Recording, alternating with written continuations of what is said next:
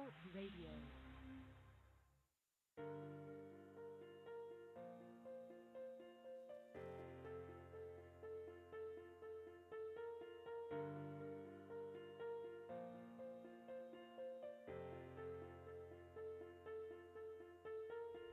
Keep going in the strength of Yah. Whenever I fall, He make me rise. Wipe my tears when they make me cry. Carry me on when they break my stride. Keep going in the strength of Yah. I'ma keep going in the strength of Yah. I'ma keep going. I'ma keep going. I'ma keep going in the strength of Yah. Keep going in the strength of Yah. Whenever I fall, He make me rise. Wipe my tears when they make me cry. Carry me on when they break my stride. Keep going in the strength of Yah. I'ma keep going in the strength of Yah. I'ma keep going. I'ma keep going. I'ma keep going in the strength of Yah. Have you ever been down and out? No one to look to. Who can you call on? Seem like nothing is going your way. Pockets turned thin, all of your cash gone. Then you face the east and hit your knees and spread your hands high to the Most High. Then He poured down a blessing too big to receive, because He remember every time that you pay tithes. You see we all got problems. Get your burdens, y'all lay down tribulation. You see we gotta be strong and courageous, like y'all commanded Joshua and Caleb. Don't nothing come easy in this world. Everything that you need, but believe you gotta work for it. May have to go through the dirt for it. Y'all can still the thing, but it's the glory. King said He searched for it. When the lights get dark, Yahweh keeps my candle glowing on. And when things seem like they too hard to handle, I'ma stay strong. Keep going in the strength of Yah. Whenever I fall, He make me rise. Wipe my tears when they make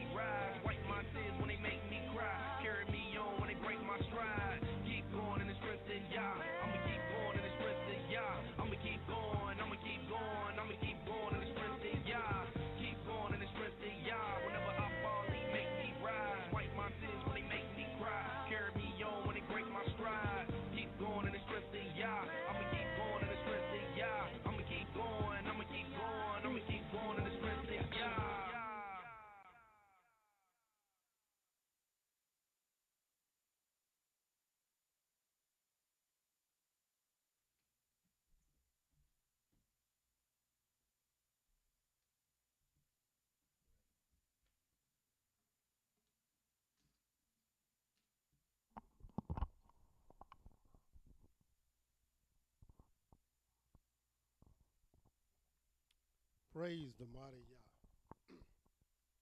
Blessed be the name of Yah, creator of the universe. Elohim of our fathers. Elohim of Abraham, Yitzhak, and YIsraEL. First and foremost, let's give all praise and honor to the Holy One of Israel, to the creator of the heaven, the earth, the sea, and all that is therein is, by saying hallelujah. Praise the mighty Yah. Yah's righteous, Yah's holy, and let Yahweh be magnified.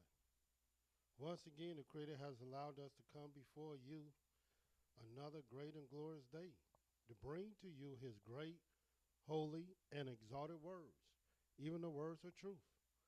My name is Mowreh IshYAH YIsraEL of the House of Israel, located right here in Cincinnati, Ohio, 1907 Vine Street, bringing to you nothing but the truth. And yes, it is true. All we're going to do is tell you the truth, for Yah ordained me to tell you the truth. And this is what I'm going to do. And who is this Yah? Yah is the creator of the heaven, the earth, the sea, and all that is therein is. Yah is the Elohim of our fathers, the Elohim of Abraham, Yitzhak, and Yisrael, whom you may know as Abraham, Isaac, and Jacob. Yah is our king. He's our judge. He's our lawgiver. And Yah is our only Savior, and not just of Israel. Yah is the Savior of the world. And I praise Yah for allowing me once again to come before you to bring to you his great, holy, and exalted words. We have been dealing with the various books of the law, the various books of Yah, according to the Holy Scriptures. The Creator says, seek ye out of the book of Yah and read. None shall fail. None shall want her mate. For it is mouth that has commanded, and it is his spirit that has gathered them. And what is them? The books of Yah.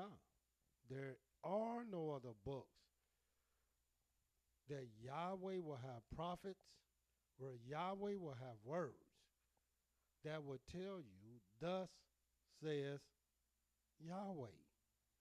Or the word of Yahweh came unto me saying, or Yah says, or Yah has spoken it.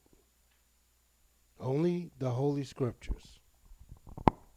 Only the books that he allowed to be gathered, and only the books that he himself commanded out of his own mouth. Don't get tricked, bamboozled, and fooled by the various historians who would tell you there's some lost books of the Bible. They would tell you these books was taken out, extracted, and they're essential for you to know the Creator's word. And that is not the truth. But if it is the truth, produce these books and tell us, thus says Yah. Show us. The word of Yah came unto me saying, show us these things. And I know that they cannot. That's why when we call the various leaders to produce these things, all the way up until this very day, hour, in 2019, they have not produced nothing. We showed you the book of Genesis because we wanted you to know that you're not to read the Creator's word like all the other books. For the Creator's word is not like other books. So you can't read it the same way. You have to know how to study the Creator's Word and how to study the Scriptures to get the maximum understanding that Yahweh desires you to get. And you're not going to be taught this anywhere else, I can assure you. In the book of Genesis, which is the first book of the Holy Scriptures, we brought to your attention that it comes from the Hebrew word Bereshit, which means beginning. In this beginning, it lets you know about 7 different stories. It's only 50 chapters in Genesis. In the beginning, it lets you know the first thing you had to concern yourself with in your studies, in studying Genesis, is the generations of the heavens. That's number one. Number two, the generations of the earth. You want to know their beginning. How can you read any book? How can you study anything without knowing the beginning and the relevance of any story without knowing the beginning? Why you think our people don't know order? Why you think the crooked things have to be made straight? And why do you think order must be restored back to us? Because people really don't know the beginning. And since people don't know the beginning, they don't know how their days start. They don't know how the years start. They don't know how their months start. All because of their inability to understand the beginning.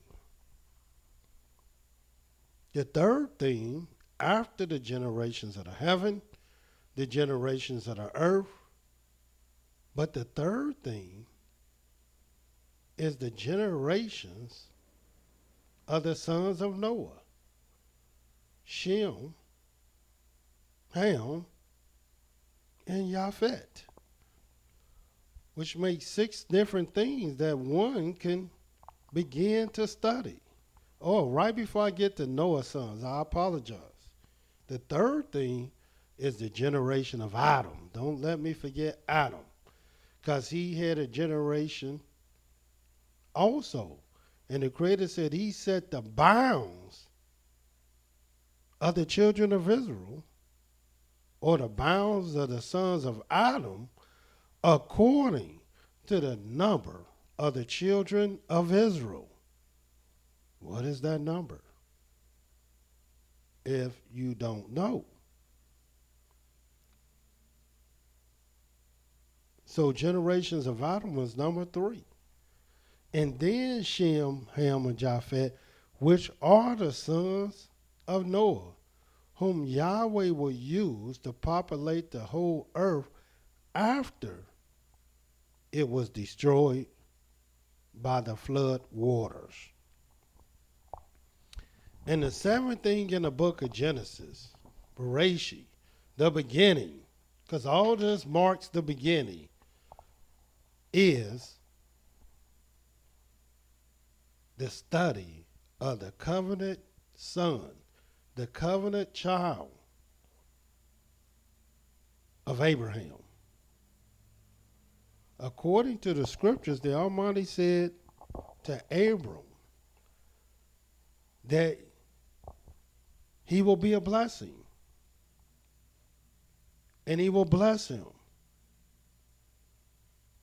And all those that bless him shall be blessed, and all those that curse him shall be cursed. And in all the families of the earth shall be blessed in him. And this covenant was passed down through a particular, peculiar, specific, set apart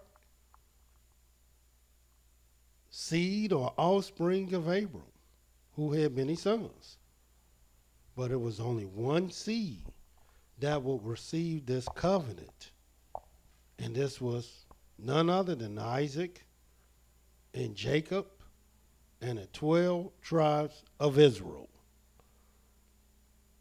The covenant seed. This is the book of Genesis. Furthermore, we brought to your attention concerning the second book of the Holy Scriptures, the book of Exodus. It is funny because the Hebrew word that marks this book comes from the Hebrew word Shemot.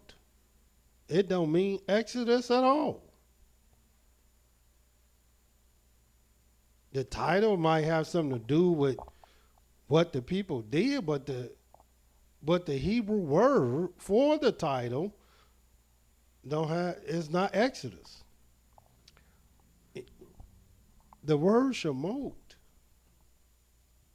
mean name or names.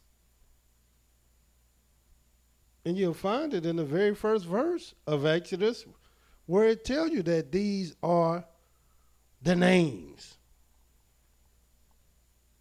Because it's a book that will detail the importance, the significance of the greatest name that exists. And that is the Creator himself. This is where the world began to learn the name of Yahweh through his servant Moses. And here, Yahweh introduced himself to Moses and told him, Moses asked, well, what if they ask me, you tell me to go to the leaders and the elders of the children of Israel, but what name should I tell them that sent me? Surely they're going to ask me, what is his name?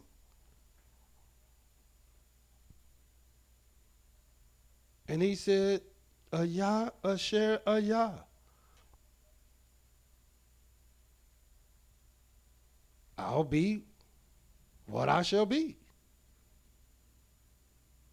And of course, in English, I am have sent you.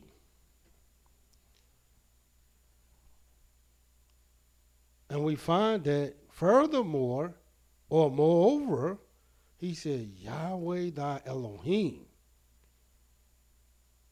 the Elohim of Abraham, the Elohim of Yitzhak, the Elohim of Yaakov has sent you. This is my name, and this is my memorial forever. And all through the book of Exodus, you will see where Moses first went to the elders and the leaders in the name of Yahweh. And then you will see where Yahweh sent Moses and Aaron to Pharaoh to speak in his name. And then you will find where Moses brought the children of Israel out of Egypt to the mountain of Elohim to meet this great name, this great Elohim whose name is Yahweh and Yahweh alone.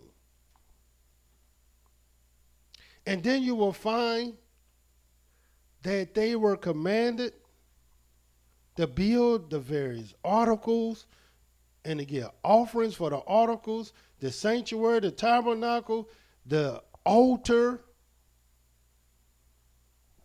table of showbread, the burning lamps, all dedicated in the name of Yahweh.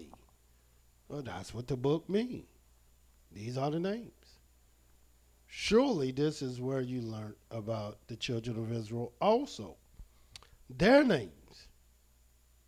Furthermore, we brought to your attention about the book of Leviticus. In the book of Leviticus, the title itself comes from the Hebrew word YIsraEL. Now, YIsraEL don't mean Leviticus at all. It don't mean Levite. It don't mean Levi. But you would think it do. No, it do not. In the very first verse, as in Exodus, the very first verse, where it says, these are the names, that's what Shemot mean. But in Leviticus, YIsraEL is also in the very first verse of the book of Leviticus, which simply means he called out. He called out.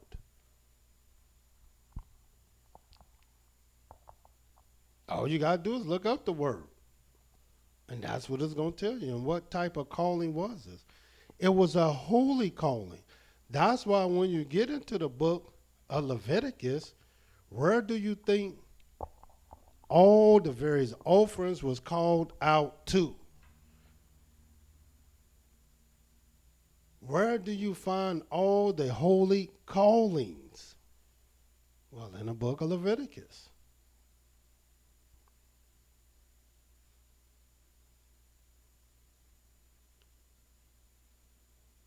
And we brought you that. Furthermore, what else was called out? The various laws, the various statutes of Yahweh. And yes, you'll find some statutes, some commandments, and even laws in the book of Exodus. After our people came out of Egypt, the only one that you'll find in Egypt is the book in the Exodus, the 12th chapter, where they talk about the Passover. But after they came out, then you will begin to see the institution of the Sabbath day and the various offerings for the tabernacle and how you were to treat one another, not stealing from one another, not taking coveting from one another, as well as the 10 Commandments. But in Leviticus, then you begin to get deep into the various laws, commandments, statutes, and judgments that was called out to the priest and who was commanded to teach you.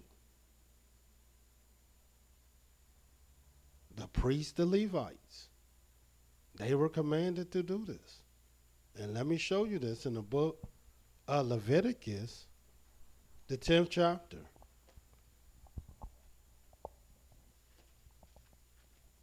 And this is what we were dealing with a couple nights ago.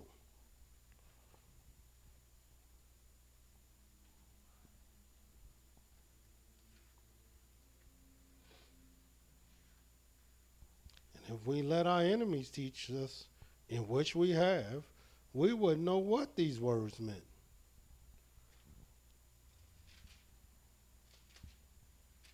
And our people don't.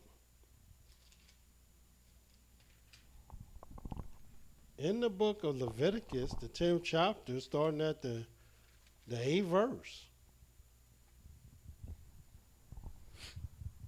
And Yahweh spake unto Aaron, saying, do not drink wine nor strong drink, you nor your sons with you, when you go into the tabernacle of the congregation, lest ye die, and it shall be a statute forever throughout your generations.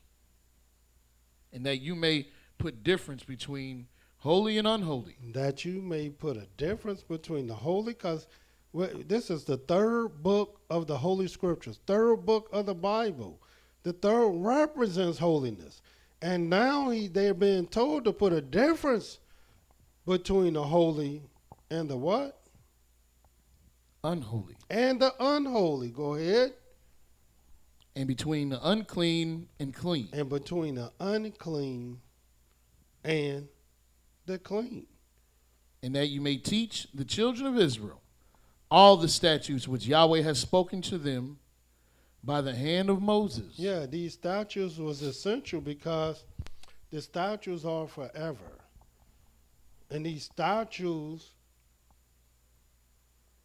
was not just forever, but they were for generation to generation. So you had to understand what these statutes was all about. And this is the book that you begin to learn in fullness these statutes. Even though there were statutes in the book of Exodus, but many of these statutes was for the priests. But then you start getting into the various statutes for the people. And yes, before anybody say anything, yes, there are statutes in Exodus, there are laws in Exodus, and there are commandments surely in the book of Exodus. And look, we're going to go over that. We're dealing with the books right now. The essence of what these books are teaching you, so you will know how to study them. But we're going to go over the laws, the statutes, the judgments, the testimonies, the covenants of Yahweh. We're going to go over all of them. But if you just go by these titles, you'll be totally confused. Because they, except for Genesis, the rest of them, you don't know what they mean. You don't know what they're talking about. Such as the very next book that we are slated to study, which is the book of Numbers. And if you go to the book of Numbers,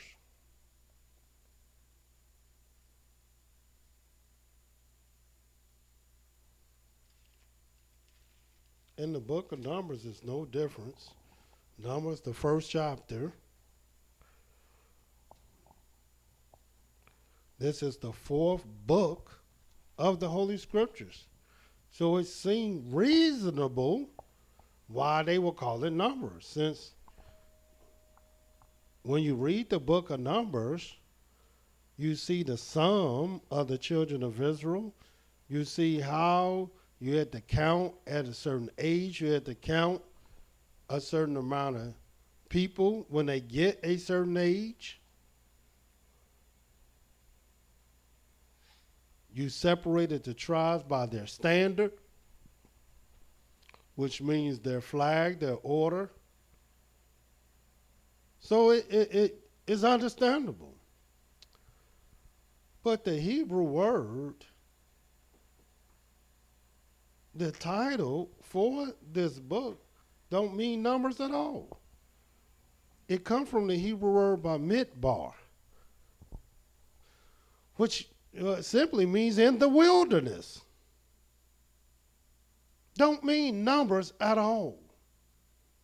Because numbering was just one of the many things that was done in the wilderness. And when I looked at this particular book, Bamidbar,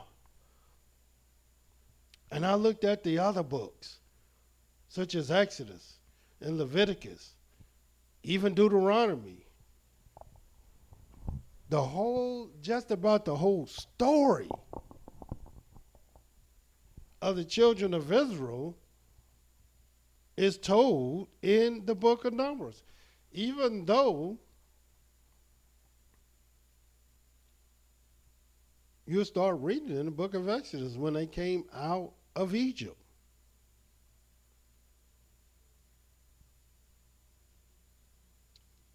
But the book of Numbers will talk about this stay in the wilderness from the first chapter all the way to the 30-something chapter. And it's only 40 chapters in the book. Matter of fact, it ain't even 40. It's 36 chapters in the book of Numbers. And you'll read about what happened to them in the wilderness all the way up to the 36th chapter. because the book of Numbers is all about them being in the wilderness. And it's essential. And I can see why Yahweh dedicated this book, this fourth book, about them being in the wilderness. Even the word wilderness is deceiving, a deception, because really it's about the desert and them being in a desert for 40 years. Imagine, because when you say wilderness, it still sounds good. It still sounds nice. It still sounds plentiful. Wilderness is just a long word that means wild. No, that's not how Yahweh described the desert. The desert is not described like the wild. You want to see the wild, look at a lot of these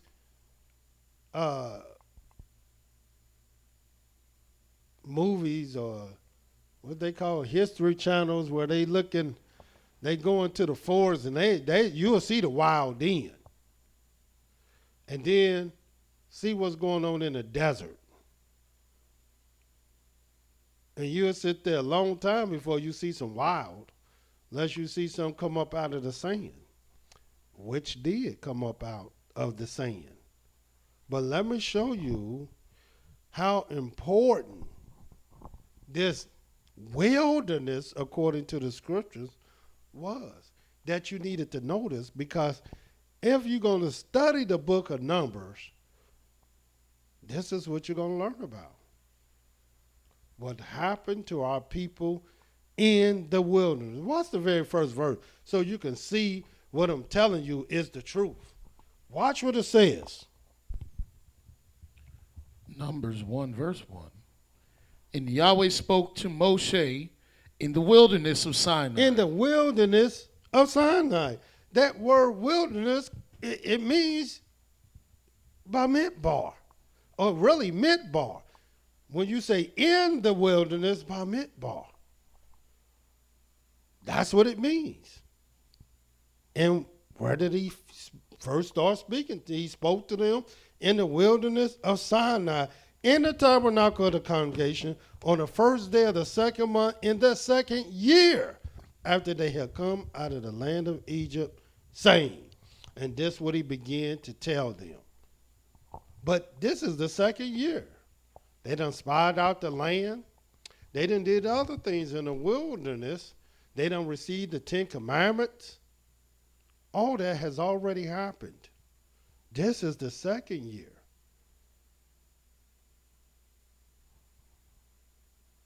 But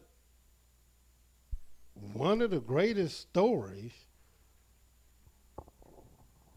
and really the second greatest story of the children of Israel, the very first greatest story that you can read about the children of Israel, is our deliverance from Egypt. But the second greatest story that you can read about the children of Israel, is in the wilderness. And I just want you to see how great this story is. And watch what it says about the wilderness in the book of Deuteronomy, the 8th chapter.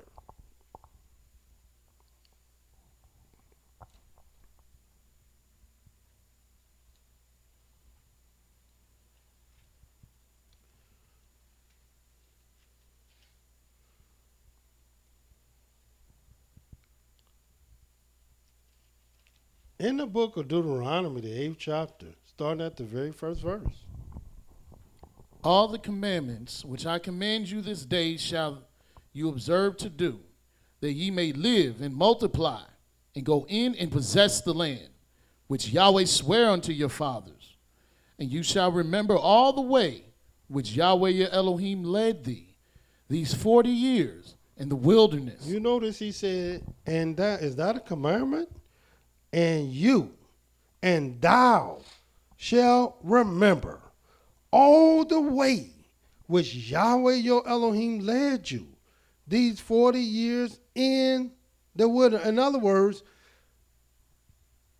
these 40 years by Midbar in the wilderness. To what? To humble you. To humble you. And to prove you. To test you. To know what was in your heart. And he wanted to open up that heart to see what you really made of, what you really about, and see what you really will do. Whether you would keep his commandments or not. And little do people know, what do you think the wilderness is all about? It was all about testing you to see what you would do and what would be in your heart. Right now, many people getting tested and they not even in the wilderness, but they're being tested to see what they really made of and what they will do and how they will do it and how they go about doing it. And I can assure you, you already failed the test even before you even get to the wilderness. And make no mistake about it, we're going in the wilderness again.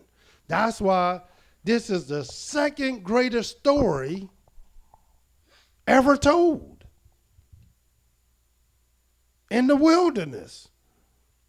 The first is Egypt. And this is the second. Continue reading. And he humbled thee and showed you and allowed you to hunger and fed you with manna, which you knew not, neither did your fathers know. You didn't even know what Yahweh was feeding you. And your fathers didn't know, so this is something you couldn't ask them and say, look, what is this thing? No, you couldn't ask them this. That he might make you to know that man does not live by bread only, but by every word that proceeds out of the mouth of Yahweh doth man live. Yeah, that's how man live. So go to these other books and to see where out of the mouth of Yahweh he spoke. Since we don't live by bread only, and we live by every word that proceeded out of the mouth of Yahweh, does man live. So bring these various books that our people say they go by, and they prop up, and they bring out this little point and that little point and that little point. Yeah, bring them to us so we can see them, and then tell us, thus says Yahweh. And you won't hear that. You won't see that. And they not going to say that. Because Yahweh gave us the books that we should seek out of, that we should read. And it's the books that he commanded, and it's the books that he gathered through his spirit. And right now we're reading one of them, Deuteronomy. But we're talking about the book of Numbers, because the book of Numbers is about the wilderness. Bamidbar don't mean Numbers anyway. It don't even mean that. It means wilderness. Now, why couldn't they just put the title as the wilderness? That would be too much like right. Then you would be focused on, let me find out about this wilderness that Yahweh said we must remember all the way that he brought us through this wilderness. Why we got to remember that? Because that's where he humbled you. Why we got to remember that? That's where he proved you. Why we got to remember that? That's where he wanted to know what was in your heart. And why do we have to remember that? Whether you will keep his commandments or not.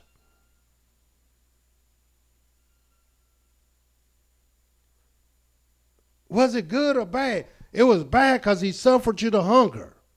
And why did he do that? That you might know that man does not live by bread only, but by every word that proceeds out of the mouth of Yahweh does man live. That's why it's called in the wilderness and not Numbers. Continue reading.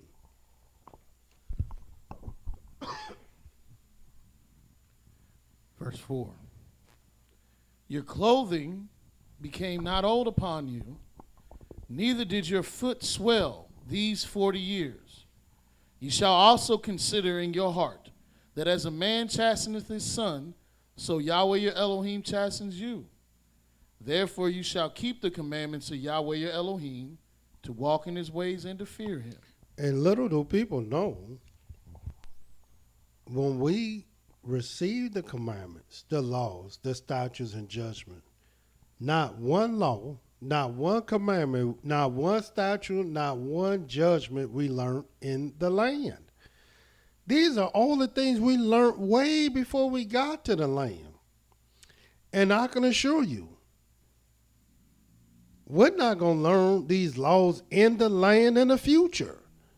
You got to know the laws, the statutes, the judgments, the testimonies, as well as the covenants of Yah before you get to the land. Yahweh said he refused, utterly refused, to take anyone in this land that is uncircumcised in flesh and that is uncircumcised in heart. So if you're waiting to learn the laws and to receive the laws when you get home because you think that's the only place you're supposed to keep them, well, you're going to be in big trouble. Because the laws was learned They spent 40 years learning the laws, commandments, statutes, judgments, testimonies, covenants of Yahweh. 40 years before they went to the land. And how long is it going to take us? Continue reading.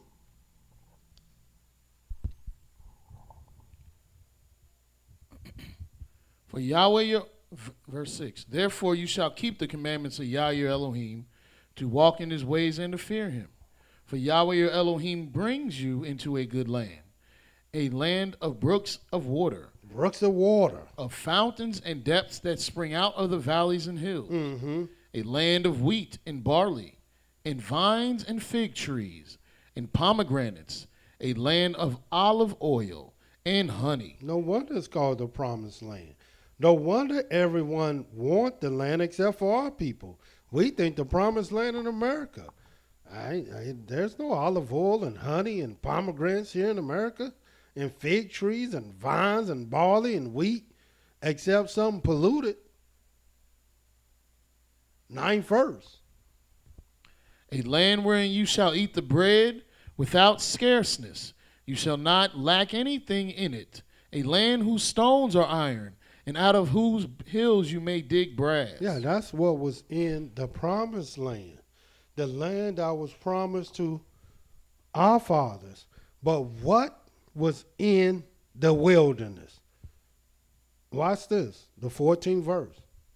Then your heart is lifted up, and you forget Yahweh your Elohim, which brought you forth out of the land of Egypt, from the house of bondage, who led you through that great and terrible wilderness. That great and terrible wilderness. I'm here to tell you, it wasn't a wilderness at all. It was a desert. Go ahead.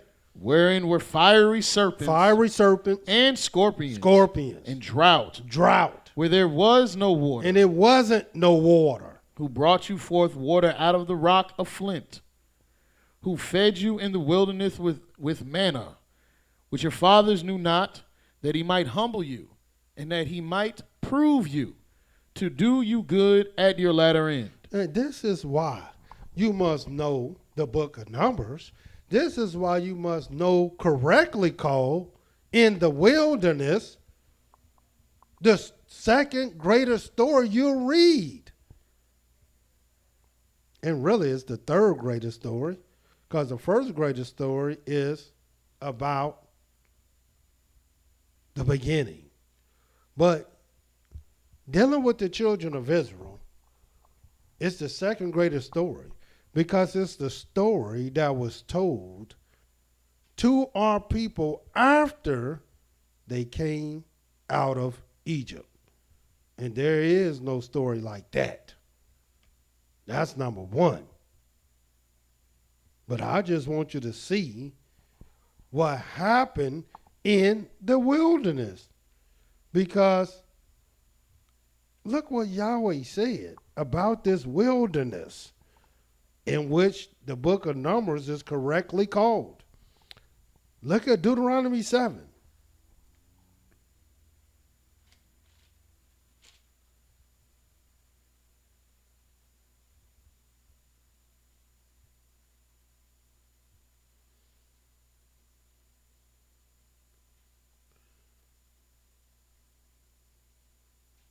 Start at the 17th verse.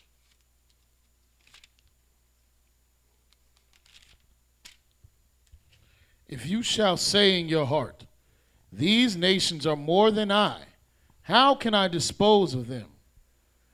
You shall not be afraid of them. Don't be afraid of them. Man, you got to remember this. But will remember what Yahweh your Elohim did to Pharaoh and to all Egypt, the great temptations which your eyes saw, and the signs, and the wonders, and the mighty hand, and the stretched out arm, whereby Yahweh your Elohim brought you out. So shall Yahweh your Elohim do to all the people of whom you are afraid. Yeah, you don't got to be afraid of nothing. Don't you see what Yahweh did in Egypt? And did not you understand what Yahweh did in the wilderness? Watch this. Deuteronomy 4.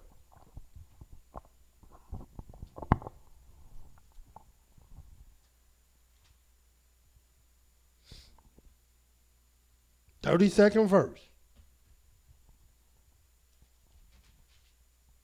For ask now of the days that are past. Yeah, ask this question. The days that are past. I want you to ask this. Which were before you, since the day that Elohim created man upon the earth, and asked from the one side of heaven to the other. Yeah, ask the Pope, ask all the big imams and the priests and the bishops, and yeah, ask them, have any great thing been done like this? Watch what it says. Since the day Elohim created man on earth, and asked him on one side of the heaven to the other, whether there has been any such thing as this great thing is, or has been heard like it. Did ever a people hear the voice of Elohim speaking out of the midst of the fire, as you have heard, and live? Listen, have there ever been even heard like it? Or has Elohim... listen, people hear the voice of Elohim speaking out of the midst of the fire, as you have heard it and live? Where did that take place at? In the wilderness. Where? The mountain of Elohim. Where? Mount Sinai. And what else did it say? Or did ever a people hear the voice of Elohim speaking out of the fire, as you have heard and live? Or has Elohim tried to go and take him a nation from the midst of another nation by temptation? By temptations. By signs. By signs. And by wonders. By wonders. And by war. By war. And by a mighty hand. A mighty hand. And by a stretched out arm. Stretched out arm. And by great terrors. 7 great, awesome things. According to all that Yahweh your Elohim did for you in Egypt before your eyes. Before your eyes. This is what Yahweh would do. This is what Yahweh did. And this, not only what he did in Egypt, but also in the wilderness. No wonder this story must be told. And what else did Yahweh do in this wilderness? In the book of Deuteronomy, the 29th chapter. Let us turn there.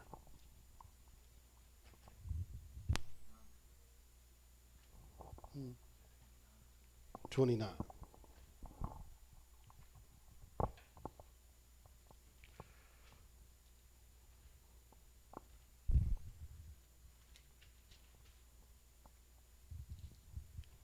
He said, well, why are we reading in the book of Deuteronomy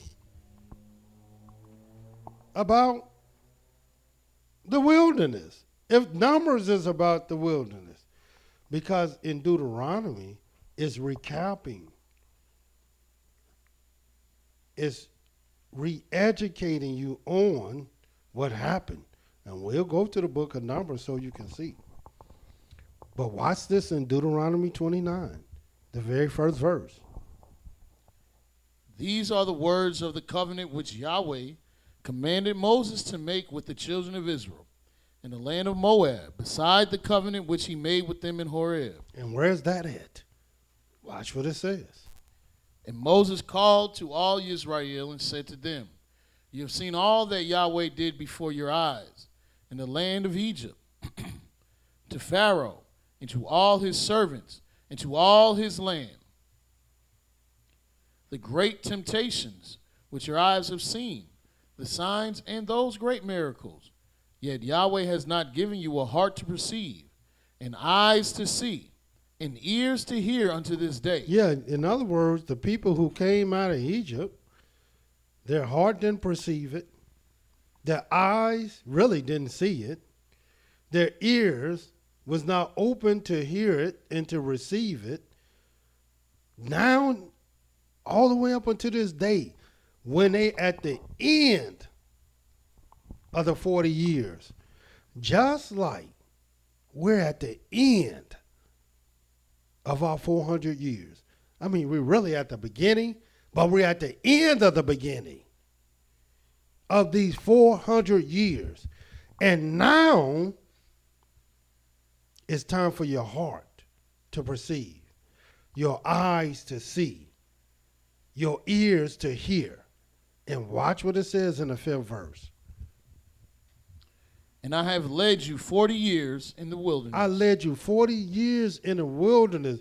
Don't you understand the impact that will have doing something for 40 years?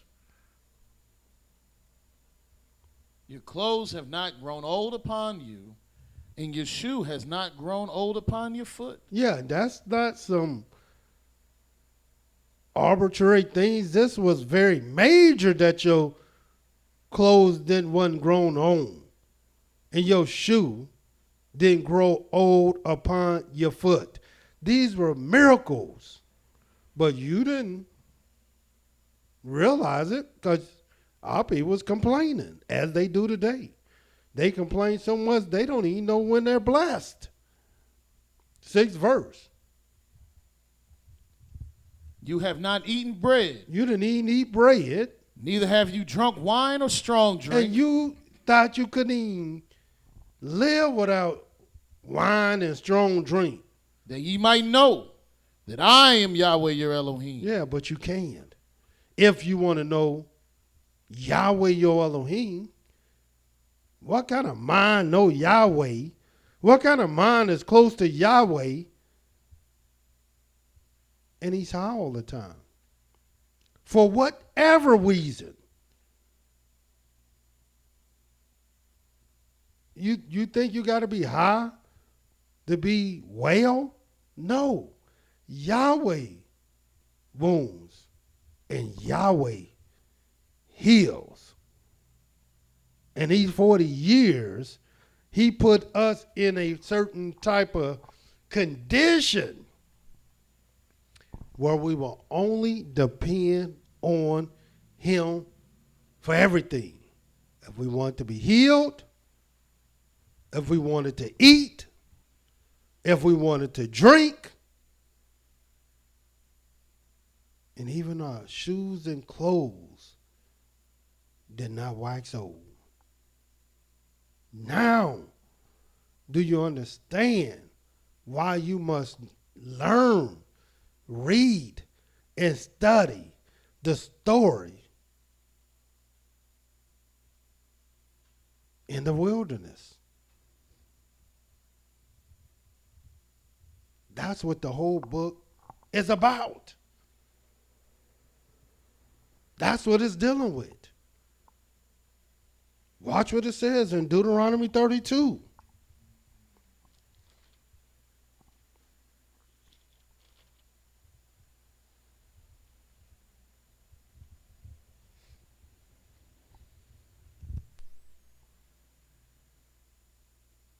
Watch what it says. Starting at the 7th verse. 7. Start at the very first verse. Give ear, O ye heavens, and I will speak, and hear, O earth, the words of my mouth.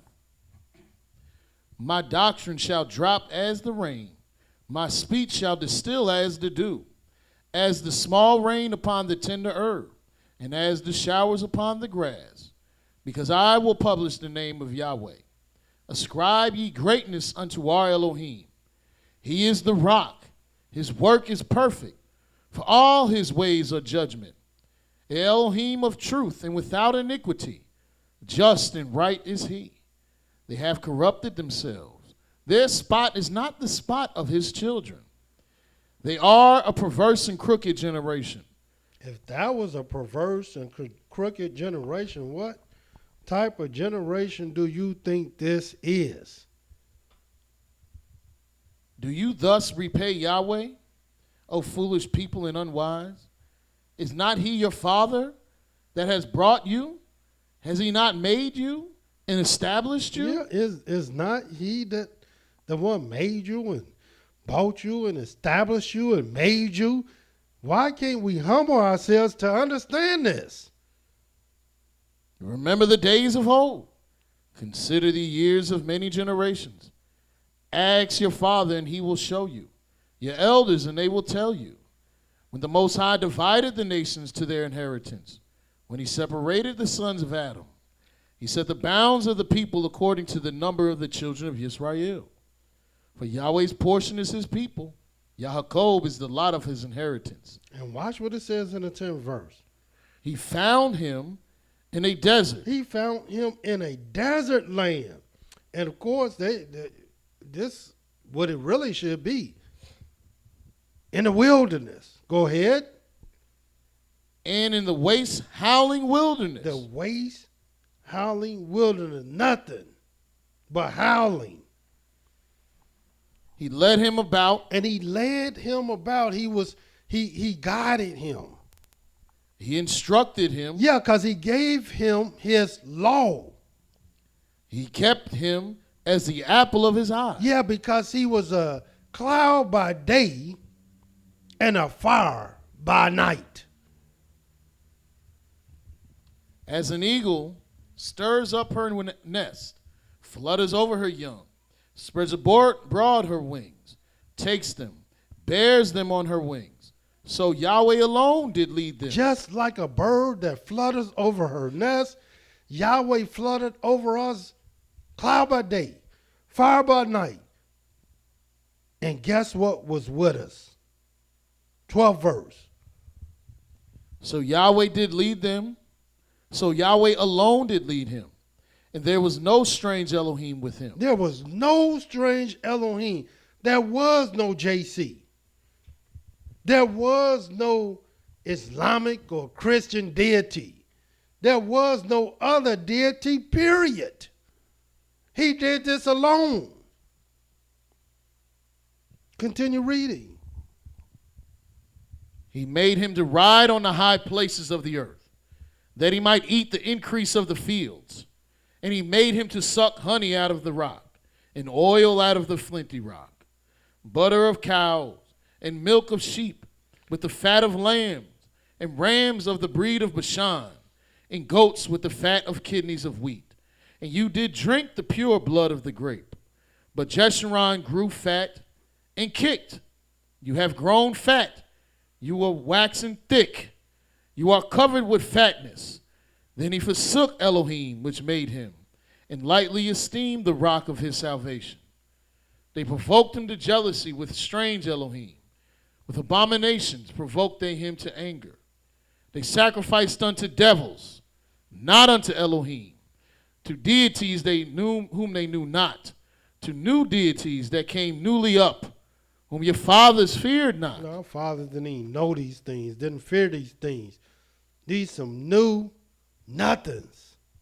These are nothing. And what do you think we are doing today? Provoking Yah to jealousy with something that don't exist. And where would you learn this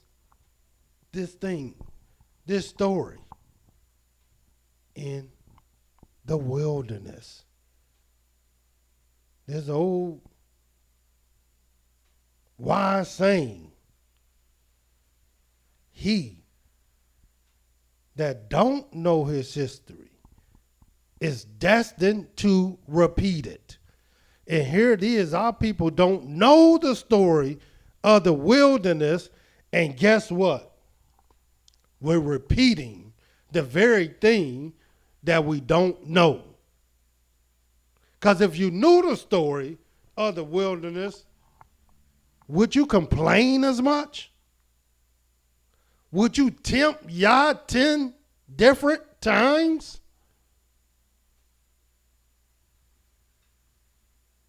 Would you build a golden calf as our people have done today?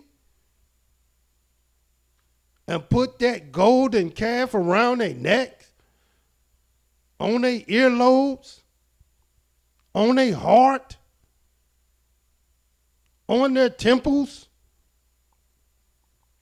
Is that what you would do after you read the story in the wilderness?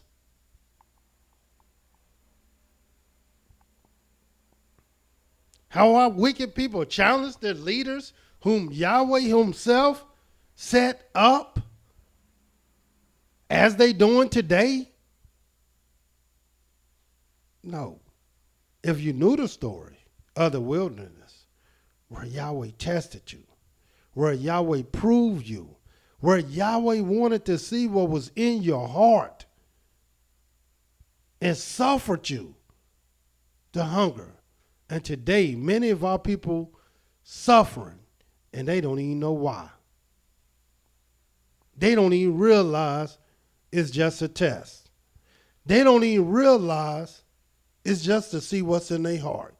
They don't even realize it's just to see if they will keep his commandments or no.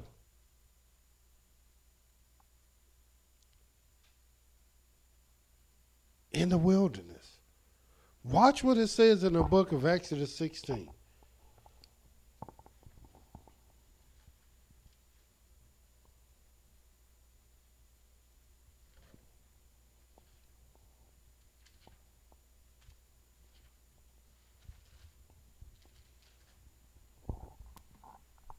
The very first verse.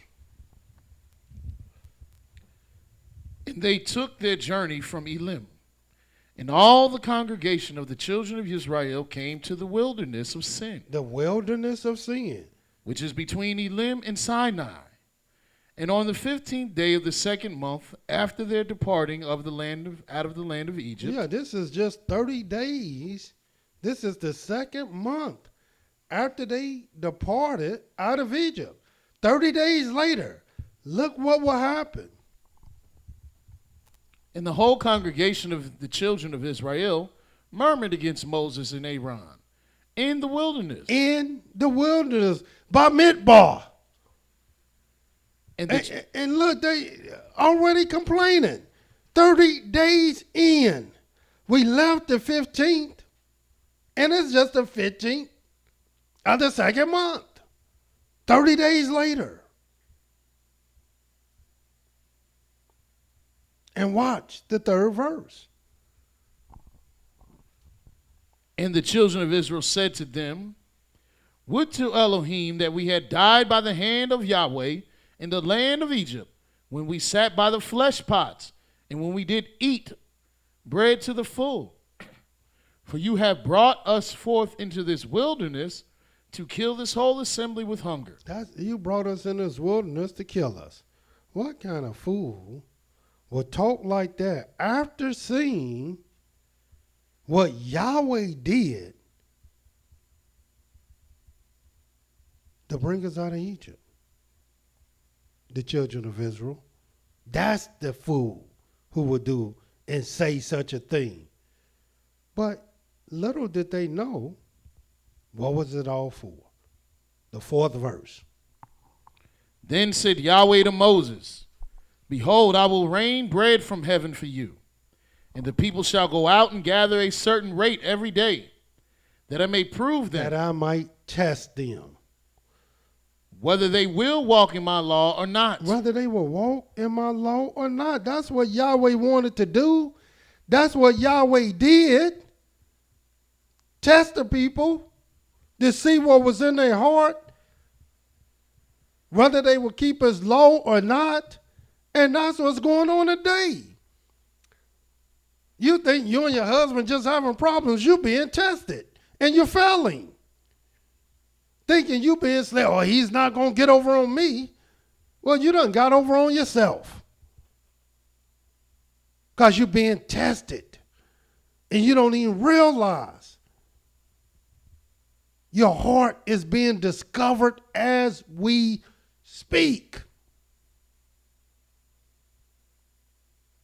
You don't see that? You don't know that? No, you don't. And why don't you know it? Because you don't know the story of in the wilderness. You don't know that story. You don't know the story how many times our people complained, murmured, and did not realize the great blessings of Yahweh. Let us go to the book of Numbers now.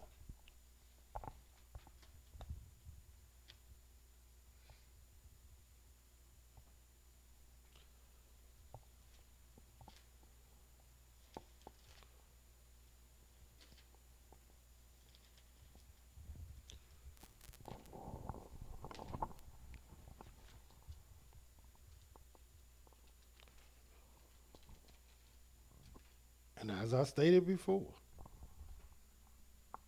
the second greatest story, because this is where Yahweh will test the people.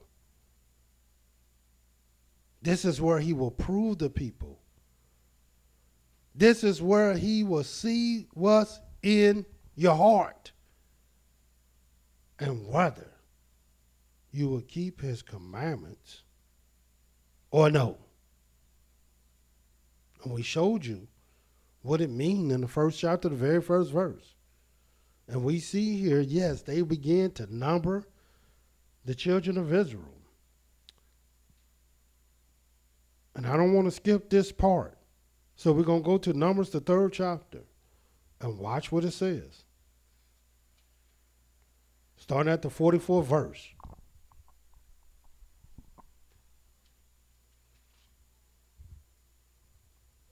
And Yahweh spake unto Moshe, saying, take the Levites instead of all the firstborn among the children of Israel, and the cattle of the Levites instead of their cattle, and the Levites shall be mine. They're going to be mine.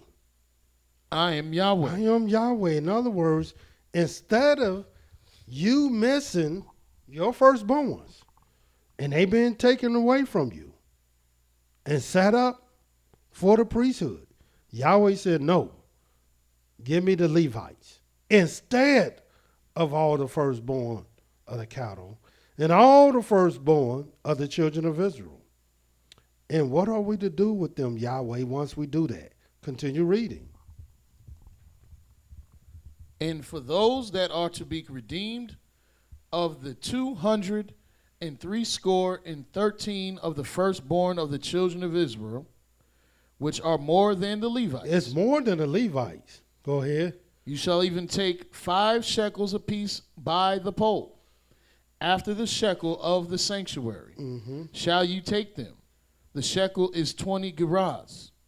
And you shall give the money, with which is the excess number of them, is to be redeemed, to Aaron and to his sons. Yeah, in other words, since we don't need that many more, because it's more than the Levites, but yet they still the firstborn, so just give a ransom for their soul. 5 shekels apiece by their poll, after the shekel of the sanctuary. 49th verse. And Moses took the redemption money of them that were over and above them that were redeemed by the Levites. Of the firstborn of the children of Israel took he the money, 1,365 shekels, after the shekel of the sanctuary. And Moses gave the money of them that were redeemed to Aaron and to his sons, according to the word of Yahweh, as Yahweh commanded Moses. As Yahweh commanded Moses. Because we were commanded to give our firstborns. And this is the only way we didn't. The other way, we didn't give it. In the same 3rd chapter, the 40th verse, read that. And Yahweh said unto Moses, number all the firstborn of the males of the children of Israel, from a month old and upward, and take the number of their names. You notice it said from a month old and upward, not a moon old. What's a moon old? Nobody know what a moon old. This is not how our people spoke. I know y'all been in captivity a long time. Y'all think everything was a moon. That's how your enemies talk. That's not how Israel talk. Oh man, this was a moon ago. Man, you learned that from your enemies and not from Yahweh. That's not how they talked in the scriptures. They took from a month old, because in the scriptures there is a month. And according to the scriptures, a month is always 30 days. Yahweh didn't have these unfamiliar numbers and balances where a month old can be 28 days and a month old can be 31 days, a month old can be 29 days, a month old can be 30. He didn't have this. This is total confusion. This is not the word of Yahweh. That's why the scripture says, seek ye out of the book of Yahweh and read. And you're only going to read one type of month in the scriptures, 30 days. And you number them from a month old. Continue reading.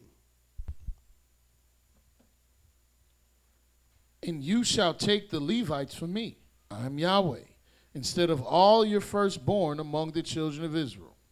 In the cattle of the Levites, instead of all the firstborn among the cattle of the children of Israel. Yeah, that's what you take instead of the Levites. This is what we did. So it was essential that you knew what a month was, since you took them from a month old, because a month is a specific number. And it don't matter when you was born. You always can number a month. What is a month from the 15th? What is a month from the 17th? If you go to the book of Genesis, it'll tell you what a month was. From the 17th of the 2nd month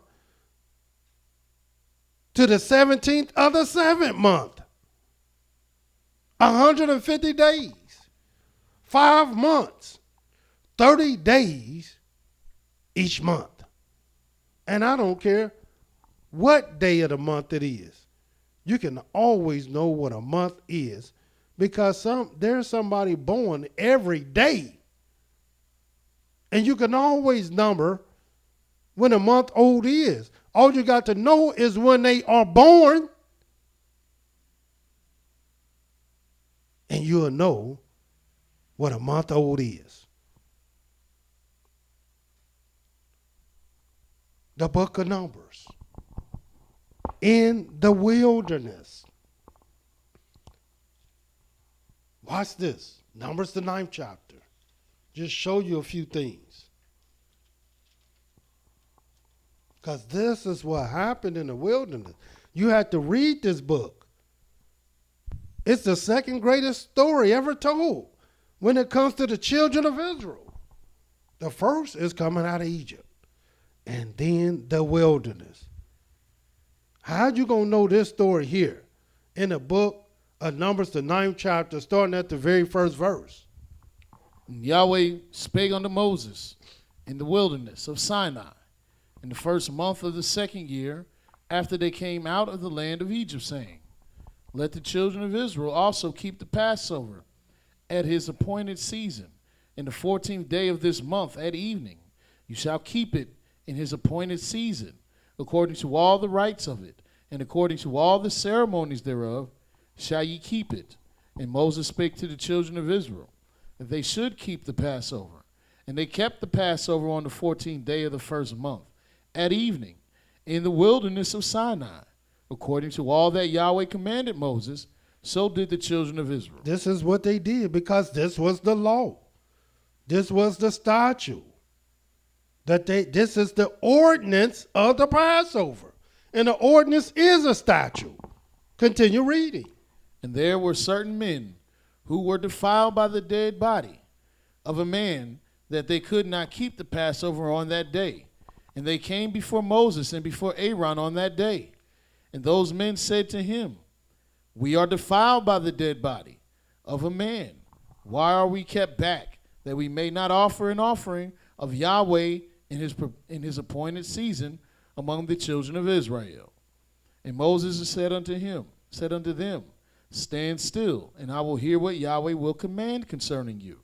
And Yahweh spoke to Moses, saying, speak to the children of Israel, saying, if any man of you or your posterity shall be unclean by raising of a dead body, or is in a journey afar off, yet he shall keep the Passover unto Yahweh. The 14th day of the 2nd month at evening, they shall keep it, and eat it with unleavened bread and bitter herbs. They shall leave none of it until the morning, nor break any bone of it. According to all the ordinances of the Passover, they shall keep it. They shall keep it. So, in the wilderness, this is where Yahweh will institute keeping a Passover twice a year. Once for everybody who was clean in the first month of the year, and the second month for all those who might have been unclean in the first month by reason of a dead body, or if they were in a journey far off. And which means everybody kept the Passover. Everybody. Because there was 2 Passovers every year. And furthermore, in the wilderness, in the book of Numbers, the 12th chapter. Let us turn there.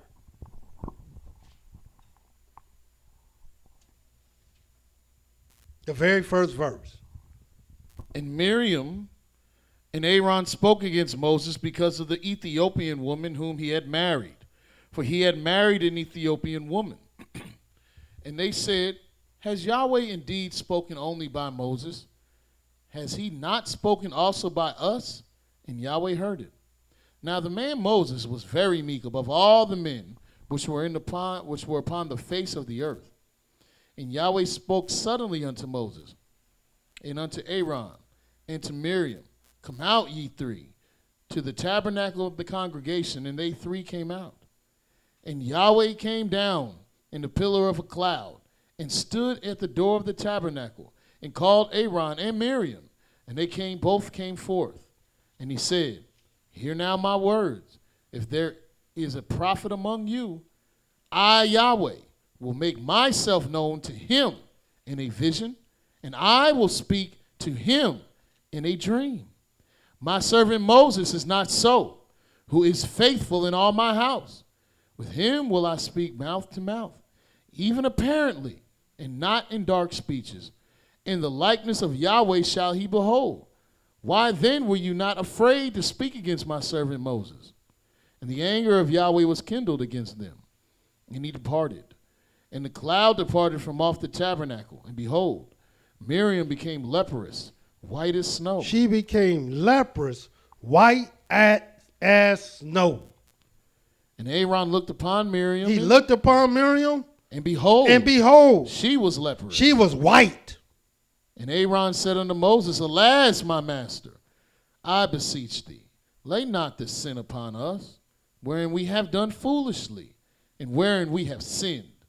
Let her not be as one of the dead, of whom the flesh is half consumed, when he comes out of his mother's womb. And Moses cried unto Yahweh, saying, heal her now. Heal her now, because the only one that can heal you is the same one that wounded you. O Elohim, I beseech thee. I beseech thee. Now, why is this so important? Go to the book of Deuteronomy so I can show you why this is something you never, ever want to forget. This is something that Yahweh didn't want you to forget. In Deuteronomy 24:9, what do it say? Remember what Yahweh your Elohim did unto Miriam by the way. By the way. After that you were come forth out of Egypt. And what did he do? She turned white. That's what he did. And start at the 8th verse. We started at the 9th verse. Start at the 8th verse. Take heed in the plague of leprosy. And what is that? That you observe diligently and do according to all that the priests, the Levites, shall teach you. As I commanded them, so you shall observe to do. Remember what Yahweh your Elohim did unto Miriam by the way. After that ye were come forth out of Egypt. Yeah, remember this thing. Remember this thing. But where did you learn this thing at? In the wilderness. By Midbar. That's where you learned it.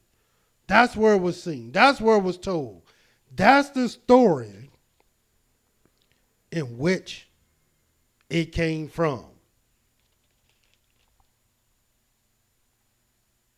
And last but not least, in the book of Numbers, the 13th chapter,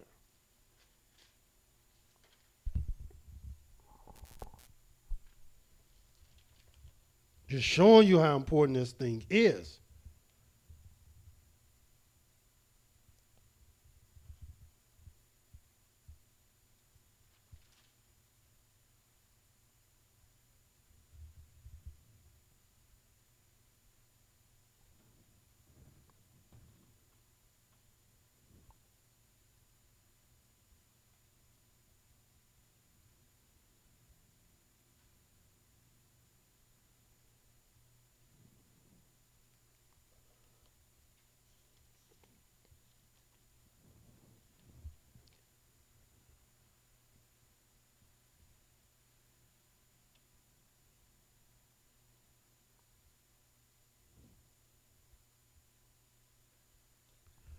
And we're going to go right to it in the 14th chapter.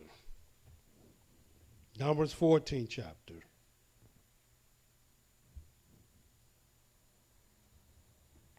And I want you to start reading at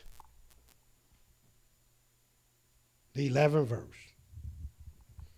And Yahweh said to Moses, how long will this people provoke me? And how long will it be before they believe me? For all the signs which I have shown among them, I will smite them with the pestilence, and disinherit them, and will make you a greater nation and mightier than they. In other words, Moses, I'm going about to disinherit them and kill them and make a nation out of you. And Moses said unto Yahweh, then the Egyptians shall hear it, for you brought up this people in your might from among them, and they will tell it to the inhabitants of this land. For they have heard that you, Yahweh, are among this people, that you, Yahweh, are seen face to face, and that your cloud stands over them, and that you go before them by daytime in a pillar of a cloud, and in a pillar of fire by night. They hear all that, Yahweh. They hear all the things that you told us. Now, if you shall kill all this people as one man, then the nations which have heard the fame of you will speak, saying, because Yahweh was not able to bring this people into the land which he swore to them. Therefore he has slain them in the wilderness. And now I beseech thee, let the power of my master be great, according as you have spoken, saying, Yahweh is long-suffering and of great mercy, forgiving iniquity and transgression, and by no means clearing the guilty, visiting the iniquity of the fathers upon the children to the third and fourth generation. Pardon, I beseech thee, the iniquity of this people, according to the greatness of thy mercy, and as thou have forgiven this people from Egypt even until now. And Yahweh said, I have pardoned according to thy word. That's how great his mercies is. But as truly as I live, all the earth shall be filled with the glory of Yahweh, because all those men which have seen my glory and my miracles, which I did in Egypt and in the wilderness, and have tempted me now these 10 times. Now these 10 times. And have not listened to my voice. Surely they shall not see the land which I swore to their fathers, neither shall any of them that provoked me see it. But my servant Caleb, because he had another spirit with him, he went in his siege as he has followed me fully. He has followed me fully. Him will I bring into the land whereinto he went, and his seed shall possess it. And his seed shall possess it, because 10 times did our people tempt Yahweh. Where else you going to learn this at? Where else is this talked about? Where else would you see where Yahweh would test to see what was in your heart? Whether you would keep his law or not. Whether you will keep his commandments or not. And he will prove you and test you. Even suffer you to hunger. All these stories that you have not read 90 seconds. you are plagued this very day as a result of not reading this and understanding this. Because still to this day, you complain. Even though you see the goodness of Yahweh every single day. And make no mistake about it. You're going in the wilderness again. And make no mistake about it. You're not coming out. Unless you humble yourself and see righteousness. There's nothing new under the sun. Understand and know the word of Yahweh, Bamidbar, in the wilderness. Until tomorrow, Yahweh love you, and so do I. Shalom.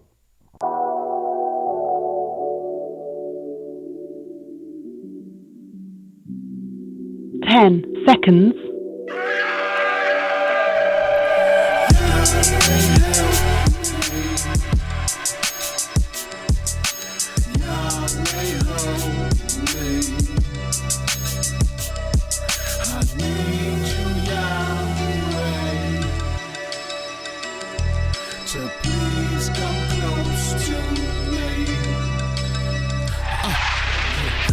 Word up, I need the Most High. He the only one that I want in my life. I'ma make a covenant with my eyes. Why should I behold a maid and despise? Surely money lies and surely princes die. Every mouth lies, but not the Most High's. He the one who hear the cries and the heart he tries.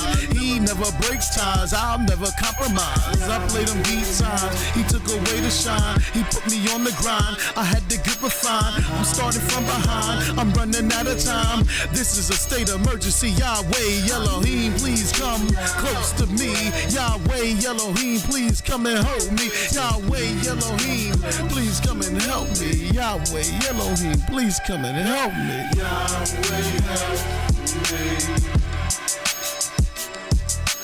Thank you for using Blog Talk Radio. Goodbye. I need you, Yahweh, to please.